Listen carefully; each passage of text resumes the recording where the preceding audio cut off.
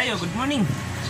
Karon tudluan ta mo about kung saon pag retouch o t-shirt pinagi lang sa spray o sabon nga powder. So kung magprint ta og t-shirt maligid malikayan nga ma-retouch sa gatong t-shirt usahay. So mata na mga printa nga dili mao. So nasa kon makikapan na to. So tudluan ta mo unsa pagtanggal sa retouch sa spray at sabon lang. Okay?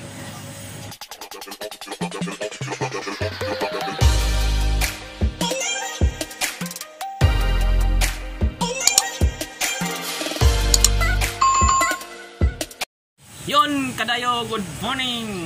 Magsugod ta karon og printa og t-shirt kay before ta magka-retouch magprinta sa tadaan. Galing ya.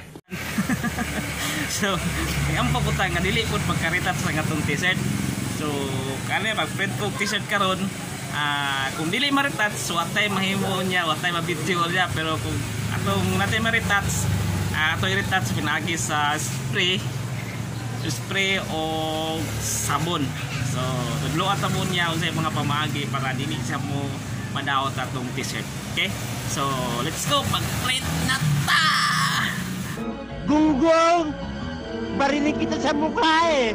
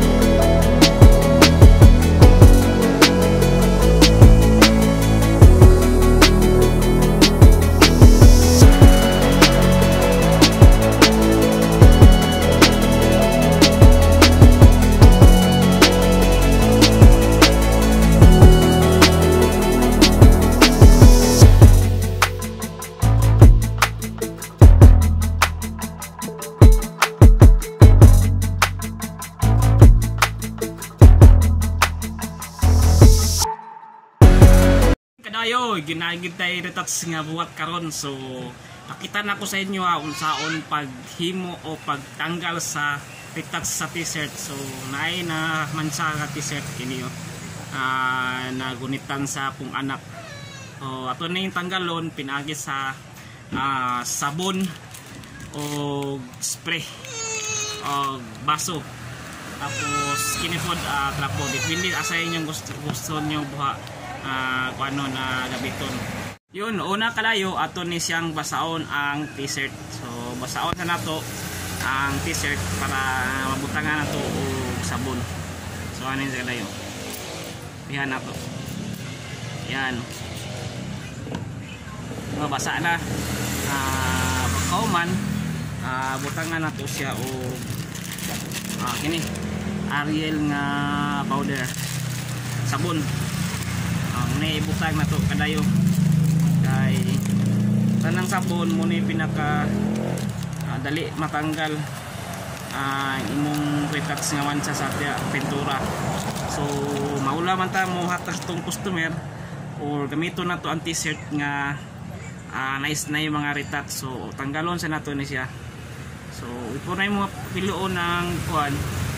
Ipon mo piluon ng yun t-shirt nimo. Tanggalon sa nimo ning mga retouch. Yun. So ana, ilib sa nimo ning mga ilib lang nimo mga pila ka minuto usapan nimo balikan o tanggalon na siya. So kailangan atong ilib og kadali atong balikan unya taon. 2,000 years later. Then continue ka tayo. Kaman kuan na humok na sa gamay. Yan. So ato na siyang naon kayo. Yun. So naon na nimo. Yan. So una nimo tong part nga naay pintura. Yan. Wala na. So gamiton nimo ana ibutang nimo sa baso nga clear. Dayon ana nimo tapos pirahon nimo ana. Galing ya. Yan. Dayon sprayhan. So spray nimo.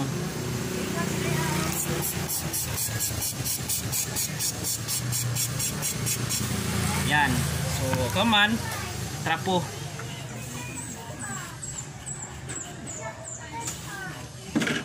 Sapa.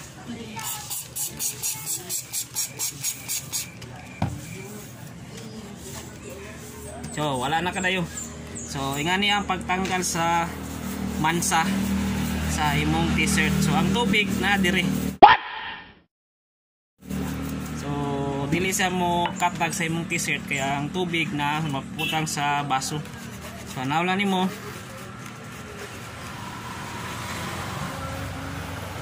So sampa napay gamay. Napay gamay nga pintura.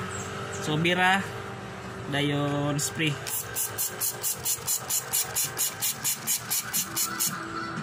Okay. Okay. So ang tubig dara. Galing ya. Diri ang tubig sa baso. So trapo lang nimo kanang uga nga trapo.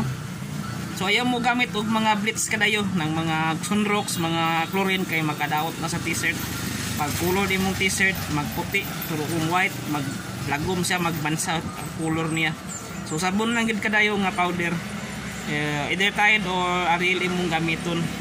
So muna ang pag matanggal sa mansa sa t-shirt o pag-retouch sa t-shirt inyong giprintahan kung may mga mansa nga makita ninyo. So ayaw hatag sa inyong customer nga naapay mansa yung t-shirt. So ayan o, wala na ang mansa sa pintura nga itong i-print kanina na retouch. So ani lang baso nga clear, inat lang to nimo tapos powder o spray nga sabon. So ani lang siya pagbuhat o pagtanggal sa mansa sa atong t-shirt nga giprintahan. Pwede ra uban nagabuhat nga gamit na katong spray gun. So mahal mo to kung nagsugod pa kag printa. Ayaw sa gamit ato kay mahal man to, mga 3.5 na presyo ato niya.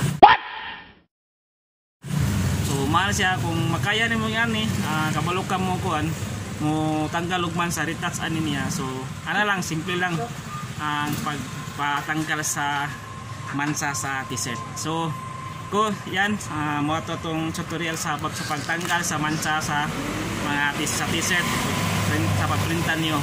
So don't forget to subscribe my channel and like and share. Salamat. Kuya Dayo is out. Peace.